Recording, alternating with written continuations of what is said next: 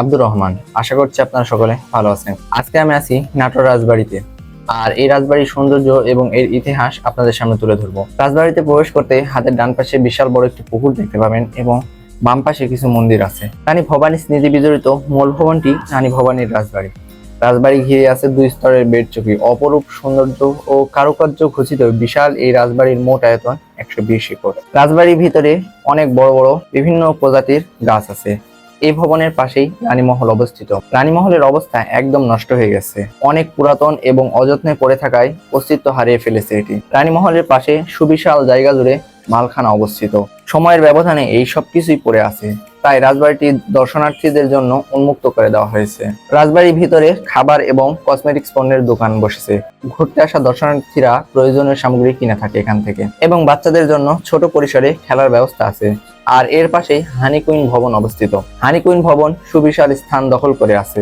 রাজবাড়িতে ছোট বড় মিলে মোট 8টি ভবন আছে এবং 2টি বড় পুকুর ও 5টি ছোট পুকুর আছে।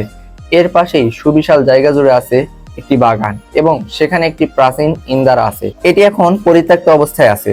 রাজবাড়িটি 2টি অংশে বিভক্ত, ছোট তরফ এবং বড় তরফ। 1748 সালে রানী ভবানীর স্বামী রামকান্ত ইহলোক ত্যাগ করার পর আলবদ্দি খাঁর রাজা রামকান্তের স্ত্রী রানী ভবানীর ওপর জমিদারি পরিচালনার দায়িত্ব অর্পণ করেন।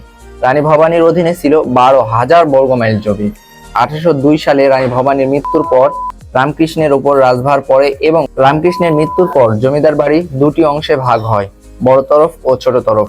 রাজবাড়ির পাশেই একটি পুকুর আছে যা ছোট তরফের লোকজন এর জন্য বরাদ্দ। ছোট তরফ পার হয়ে গেলেই দেখা মিলবে কাছারি বাড়ির।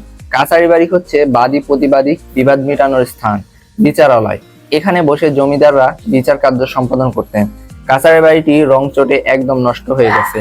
কাছারি বাড়ির ভিতরে বেশ কয়েকটি ঘর এবং দুই পাশে 2টি জেলখানা অবস্থিত। বিচার কার্য শেষে দোষীদের এই কাছারি ভবনের হাজতে রাখা হতো। রানী ভবানী ব্যক্তি জীবনে একজন অসাধারণ মানুষ ছিলেন।